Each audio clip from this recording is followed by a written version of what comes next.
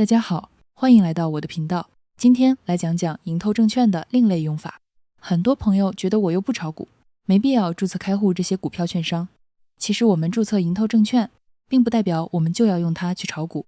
如果你的资金已经在香港或者在其他地区，然后现在又想把资金转到其他国家的账户去，比如你想把资金从香港转到美国账户去，或者想把你的人民币、港币、英镑、欧元、美元等货币进行转换，那么我们也就可以直接使用盈透去进行转换。传统的电汇方式不仅有手续费，还有其他的一些费用，那么盈透证券就成了必备工具。盈透证券是已上市的美国老牌券商，它的功能非常强大，可以直接买美国、日本、英国和法国等国家的股票，几乎支持所有主流币种出入金，会根据币种提供相对应的银行，比如入金港币会提供香港银行，入金英镑会提供英国银行，无论资金在何处都能无损入金，利用盈透证券完成资金全球无损划转。盈透证券的汇率可以说是在所有券商中是最好的。下面简单讲讲怎么从香港汇丰银行入金美元到盈透。在网页端登录盈透账号，点击转账与支付，再点击转账资金，点击存入资金。如果你之前还没有入金过，就点击使用新的存款方式，这里可以选择入金币种。盈透几乎支持所有主流货币入金。如果你要入金美元，那入金方式有银行电汇或 ACH 转账。ACH 是美国的一种转账方式，类似于香港的 EDDA 转账，只要绑定账号，输入金额即可直接转账。下面还有支票、Wise 等入金方式。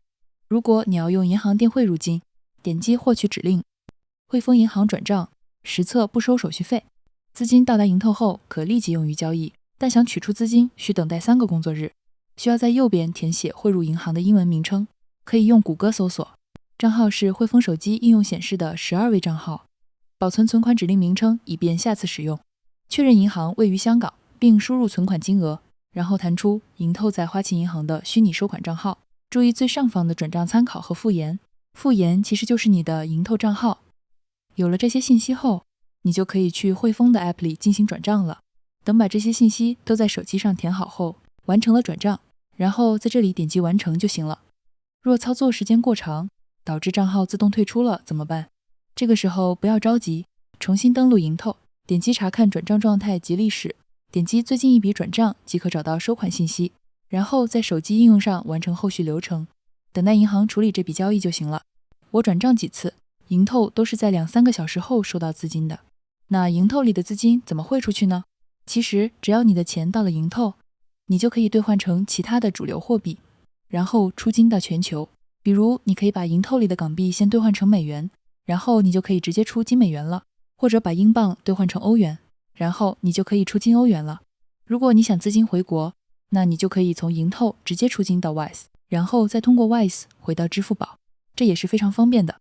其实盈透出入金的方式非常多，哪怕你没有正规的实体银行账户，也可通过盈透流转资金，比如通过 SafePal、BitGet 钱包以及 Neverless 等等。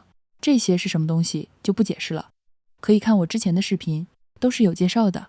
这些平台都可以入金盈透，然后我们再通过盈透出金。出金到 Wise 的流程和出金到其他地区的流程差不多，这里简单讲一下。首先登录盈透账户，点击转账与支付，再点击转账资金，选择取出资金。我已经绑定了 Wise， 这里会直接显示，如果你想取款到其他地区，点击使用新的取款方式。首先选择币种，如果你是同币种出金，可以直接继续。如果账户里没有该币种，那么要先在盈透里进行货币兑换。这里以美元为例，然后选择取款方式，可以选择银行电汇或 ACH， 或者直接转到 Wise 余额，点击使用此方式。因为我已经绑定过了，所以这里不会再出现重新绑定的流程。每月第一次取款是免费的，后续使用该方式的取款将收取1美元费用。这个费用其实非常便宜了，相对于传统电汇，简直是白菜价。在这里输入取款金额，点击创建取款就可以了。用盈透给 Wise 出金，一般需要2天左右的时间，但是用 Wise 给盈透入金，速度是很快的。想省手续费，那就要消耗你的时间；如果你想省时间，那就要花钱。正所谓鱼和熊掌不可兼得。最后讲讲这样做有什么风险。如果你的盈透只用来换汇，那么就可能会被关户。你入金100美元，然后兑换成等价的英镑，然后就把这价值$100的英镑给提走了。一次两次没问题，次数多了，银透肯定是会发现的。为了避免关户，我们偶尔也是要在银透进行一些交易的，金额不用太多，每次10几美元就可以了。比如你今天买20美元到英伟达、苹果、标普500或者其他的股票，然后你过个10天半个月的，把这些股票卖了，这样循环往复，让你的账户处于活跃状态，并且是有在做交易的，这样几乎不会被关户。当然，你偶尔也可以进行大额度的交易。这就是关于使用银透进行资金流转的一些介绍。如果你还没有开户银透，可以去申请一个，申请的教程在这个视频，我会把这个教程的链接放在视频下方。目前还可以申请银透，所以哪怕你不用，也可以先去申请，因为很多时候等到你需要用了，你会发现申请的难度又增加了。最后说一下，这不是投资建议，也不推荐小白用户买卖股票和加密货币，特别是期货和合约交易，99%的人都是亏损的，哪怕你刚开始靠运气挣了点，最后也是会亏完的。